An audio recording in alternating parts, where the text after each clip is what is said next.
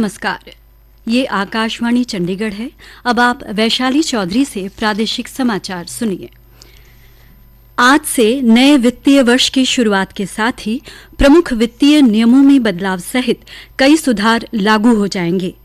नए वित्त वर्ष के पहले दिन आज आयकर अधिनियम 2025 ने 6 दशक से भी अधिक पुराने आयकर अधिनियम 1961 का स्थान ले लिया है।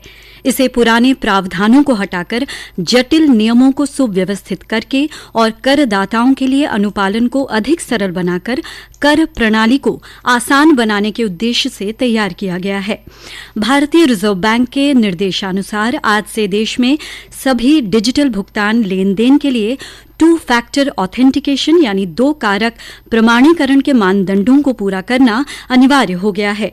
वित्तीय वर्ष 2026-27 के लिए फास्ट ट्रैक वार्षिक पास का संशोधित शुल्क भी आज से लागू हो गया है। इसके साथ ही स्थायी खाता संख्या पैन कार्ड के लिए आवेदन करने या उसे अपडेट करने के संशोधित नियम भी आज से प्रभावी हो गए हैं। विश्व की सबसे बड़ी जनगणना 2027 का पहला चरण आज से शुरू हो गया है। जनगणना 2 चरणों में आयोजित की जाएगी। पहले चरण में मकान सूचीकरण और दूसरे चरण में जनसंख्या की गणना होगी। इसके लिए 1 मार्च 2027 को संदर्भ तिथि निर्धारित की गई है। पहली बार जनगणना डिजिटल माध्यम से होगी। इसमें स्वगणना का विकल्प भी उपलब्ध होगा। ये स्वगणना आज से 15 अप्रैल तक जारी रहेगी। मकान सूचीकरण और आवास गणना 16 अप्रैल से शुरू होकर 15 मई तक जारी रहेगी। मकान सूचीकरण में सभी भवनों और संरचनाओं की सूची तैयार की जाएगी तथा आवासीय स्थिति, उपलब्ध सुविधाओं और परिसंपत्तियों से संबंधित जानकारी जुटाई जाएगी।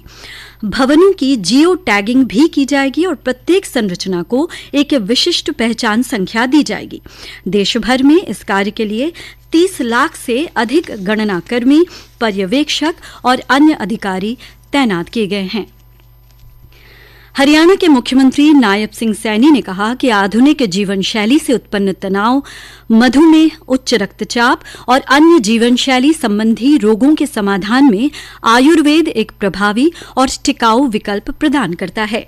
मुख्यमंत्री चंडीगढ़ में आयोजित श्री धन्वंतरी आयुर्वेदिक कॉलेज एवं अस्पताल के स्वर्ण जयंती समारोह को संबोधित कर रहे थे। श्री नायब सिंह सैनी ने कहा कि हरियाणा सरकार आयुर्वेद को बढ़ावा देने के लिए ठोस कदम उठा रही है।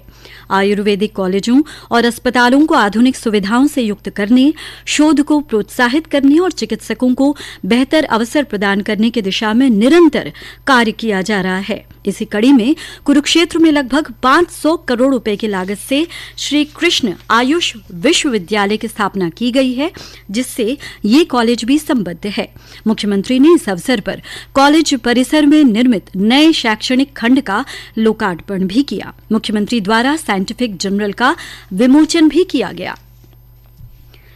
हरियाणा के ऊर्जा मंत्री अनिल विज ने कहा कि भारतीय संविधान के शिल्पकार डॉक्टर BR अम्बेडकर की प्रतिमा अंबाला छावनी में 12 क्रॉस रोड पर स्थापित की जाएगी।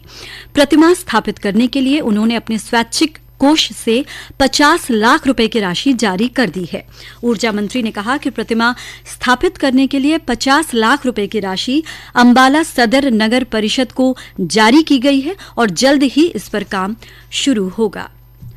हरियाणा स्कूल शिक्षा विभाग ने एक महत्वपूर्ण पहल करते हुए 134A के अंतर्गत आर्थिक तौर पर कमजोर वर्ग और गरीबी रेखा से नीचे वाले वर्ग के विद्यार्थियों के लिए शुल्क प्रतिपूर्ति अनुदान राशि जारी कर दी है।